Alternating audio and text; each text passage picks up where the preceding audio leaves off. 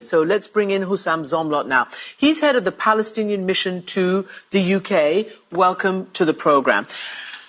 First and foremost, do you condemn what Hamas did inside Israel to Israeli civilians? There are dead and there are hostages. First and foremost, the Western media must really abandon this framework that has gotten us to where we are today. Okay, but I just want to know, do you support the killing of civilians? Of course not. Of course not. Of course not. So do you condemn that? The loss of civilian life is tragic in all sides. And what is happening is extremely worrying and very tragic. And, as we speak, the loss of lives, you've counted 70 Israeli deaths. There is more than 200 Palestinian deaths so far, more than 1,600.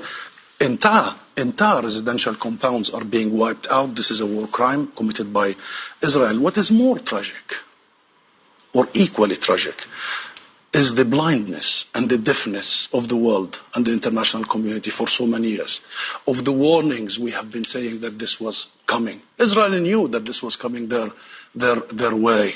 We, the National Movement of Palestine, the PLO, have found a different path 30 years ago. We have committed to what the world asks us: recognize Israel, commit to negotiations and non-violence, and to international legitimacy and resolution. Israel was expected to do one thing only: roll back its occupation, stop its colonial settlement expansion. Not one day it did so, killing the prospects of a two-state solution. And the world was expected to do one thing, Christian: uphold international law equally on everybody, on Ukraine, on Palestine. And the world fails to do that. So now no accountability. But now, every single political avenue is blocked. Every single legal avenue for us is blocked, like the ICJ, the International Court of Justice. You've heard what the US said, or the UK said. I want to know what happens now. What happens now? There's a war that Israel has declared after Palestinian militants, who I don't think you're friends. Hamas is not a supporter of the Palestinian Authority. There's a war. And as you say, there's going to be a massive escalation. There is a war. You see, we're having this conversation because Israelis have seen what they have seen today. But my people see this every day, every single day. Palestinians are targeted, killed, arrested, surrounded. Their land is confiscated. Their holy places are desecrated. Not only Muslims, but Christians. You have been following what is happening in the Al-Aqsa Mosque and in our Christian churches, the spitting on Christian worshippers. Our people have been seeing apartheid being enforced on them over the last years, and the land is being taken, and the hope for a political solution that will fulfill their rights dissipating. And therefore, this is what we need to discuss. Fine. Yeah, I know. But I mean, as you know, neither the Israeli political spectrum nor the United States nor anybody, it's like the Palestinian issue doesn't exist anymore. The two-state solution the diplomacy is on deep freeze. Can I first ask you, though, before we get to there, what triggered this attack? It's on a certain date. It's 50 years to the date just about. Before, 50 years ago it was October 6th, Yom Kippur. Syria launched a surprise attack on Israel. What do you think triggered this? And it was a very sophisticated Hamas attack. I don't know. I really, really don't know. What I know is that it was a matter of when, not if. We've been shouting every day, don't leave a vacuum. Don't unheed what we are saying. Pay attention. Don't underestimate people's desire for freedom, for ending the bondage and captivity. Pay attention to the destruction that Israel is doing.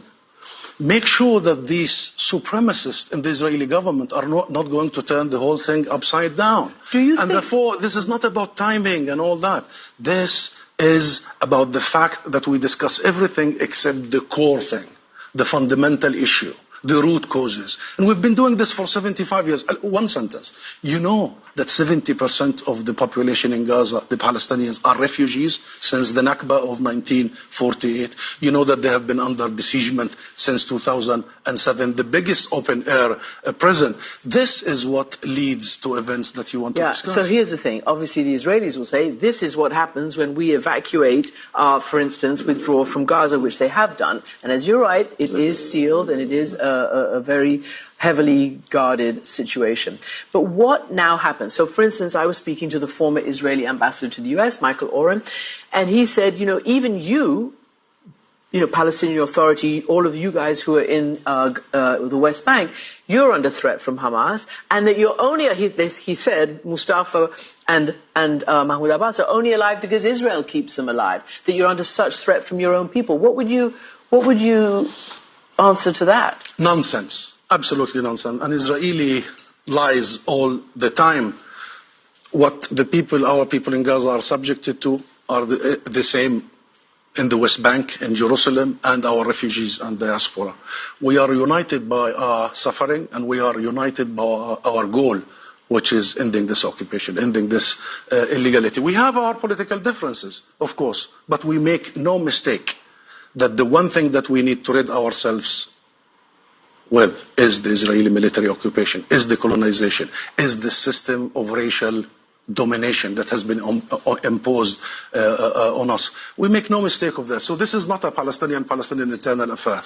This is the failure of every international actor to pay attention, of every international actor. You see, instead of learning the lessons, what I heard today from many international actors, including from the US and the UK, is doubling down on the very same mistakes and failure. What is the option that has led us to where we are? What is the option right now? What happens? Israel doesn't respond to Hamas? The alternative is statesmanship, is courage, the equal application of international law. We are not lesser of human beings. We are not the children of a lesser God. We are equal as all nations. It's been 75 years of oppression, of wholesale destruction. You've seen what happens in Gaza. Wait until tomorrow and see the thousands who will lose their lives and their livelihoods. Enough is enough. The only solution is respect people's legitimate birthright of self-determination, the right to return to their properties, the right to establish a state of their own, and stop dodging this. Stop finding, detours around it. There is no such a thing as detour. Peace can only be struck with us, the Palestinians, not with anyone else. Because Israel is in odds with us, because Israel has taken our land, because Israel is subjecting us and oppressing us, not anybody else. And bravery from the international community requires the equal application of international law. Israel, as an occupying power, has a full responsibility to protect the civilians under its own occupation, right? This is international law. Israel has the full responsibility to make sure no civilian is harmed. It's been doing the opposite for 75 years. You've just shown on your own program. Do you worry that statement that you're making is completely compromised when Palestinian militants, terrorists, bomb Israeli civilians, kill them, capture them, hold them hostage? No. How do you keep the moral high ground in that case? We keep the moral high ground by sticking to international law, by reverting to international judicial system, by seeking the ruling of the International Criminal Court. Let international judges come to Palestine, the occupied Palestinian territory, and rule, and we will accept the ruling. If we commit any mistakes or crimes, we will accept it. But everybody knows it's Israel that has been violating every provision of international law and our common human decency. Do you see, final question, is there any mediator, the US or anybody right now, who could de-escalate this? The US is completely disqualified. And I've been following what is coming from Washington. Washington considers Israel to be a domestic issue, not a foreign policy issue, and Washington is playing political footballing with this, and regrettably, we have been at the receiving end. The solution is the world, the international community. The US should be on the table, but so is Europe, so is the rest of the world, so is China. The world must come together to end this conflict, as it did with all other conflicts. We are not an exception. Hussam Zomlot, the head of the Palestinian mission here, thank you for that perspective.